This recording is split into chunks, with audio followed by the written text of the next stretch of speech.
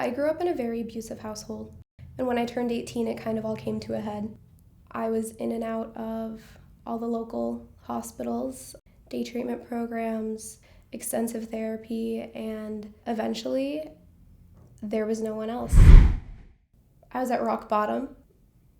I didn't have much time left on this earth with how my life was going.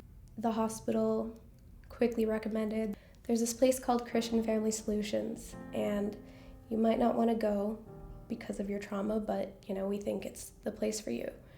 And I didn't want to go. Absolutely not. I was convinced I don't want to sit around the Bible and pray it away.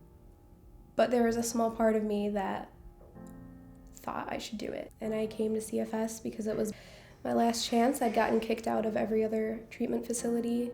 I did the phone assessment for their intensive outpatient program. And the woman, Jen, she said, all right, I'm going to pass this on to our doctor now. Our doctor's really nice, he's going to do it. And I laugh because that's Dr. Hayes, and he's saved my life along with CFS. I wasn't written off, even from the first day. I was so stuck in suicidal behaviors and self-harm and all this dangerous stuff. And I would constantly ask for reassurance, and I'd ask my team, I'd ask Cassie, I'd ask Dr. Hayes, I'd say, hey, do you hate me? Are you gonna kick me out? And no. Every single day from the beginning, they let me know that I wasn't too much for them. And that was the big thing, because I had been kicked out of other places for being a lost cause or for having a certain diagnosis, and I came into CFS and they didn't care what the paper said. They didn't care about my past. They repeatedly said, why would we kick you out when this is where you need to be when you need the help? I could write a book about how intensely ill I was and how intensely unstable I was. Just self-harming hundreds of times a day, hoarding and stealing pills and medication from family and friends, spending all the money I could on ways to hurt myself, lying to my team here, yelling at them, screaming at them, swearing at them, having to have my backpack searched, skipping appointments, having to sign safety contracts and be in IOP 4 days a week plus 3 individual sessions a week because my team just told me, we need you to have a reason to get out of bed in the morning. I said, even if it's not going to get you, even if you're not going to come here and feel better, we just need you to get out of bed in the morning and stay alive. And that's what it was. My team worked endlessly, even when it was super hard for them and not unenjoyable, but they worked hard to get me to stay alive. I think about 6 months into my time at CFS, I did the ultimate thing to hurt myself, and even through it all, they stood by my side and they asked, what can we do to help you? I really understood after that they cared about me. CFS is amazing in the sense that there is that faith that just permeates everything, but the science is also top of the line. I know that my providers here have done the research and they continue to do the research and they know what they're talking about. And that's what I needed at first.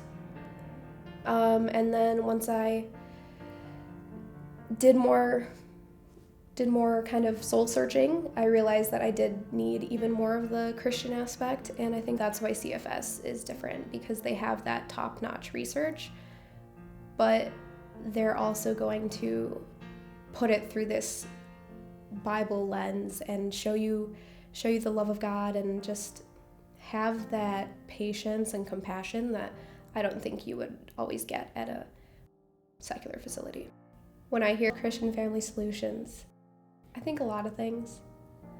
I think of unconditional love, hope, empathy, and just the people and the support that will help you no matter what. They're not going to judge you. They're not going to scoff at you or make fun of you or abandon you, which was such a big thing for me, especially when I had experienced that at every other therapy facility before. So CFS is just that, it's just like a beam of hope and kindness and all the good words you could think of. I was trying to think about what I was going to say today, and I ended up looking through an old journal last night, and it was from 2017 when I was in intensive outpatient for the first time. And I talked about how I just felt like a ghost, and one of them was titled, "I just want to fall down a well."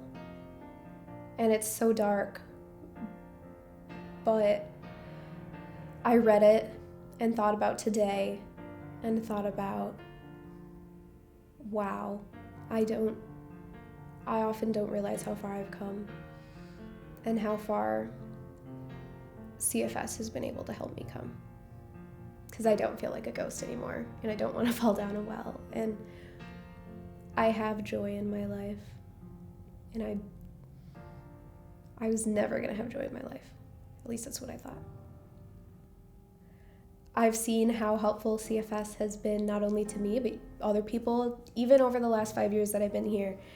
And I'm really excited to know that people want to help and people want to contribute, because that's the only way that young people are going to continue to get better. My prayer for the 10,000 Hours Initiative is just that it would work, that it would blossom, that all these people could get the help that they need, and that the program could get the support that it needs to get that running. I just think that every hour of therapy that someone gets is an hour closer to feeling better. And that's my prayer for everyone, is just that they can feel better and not struggle with mental illness. To anyone who's thinking about supporting CFS, first, I would just say thank you for even thinking about it. And number two, thank you for doing it. Thank you for, it sounds so cliche, but there is nothing else I can say other than thank you for allowing young people to get the help that they deserve, so that their life doesn't have to end and that they don't have to be a statistic. Like me, I'm alive because of it. I'm alive because of the help that people have given CFS.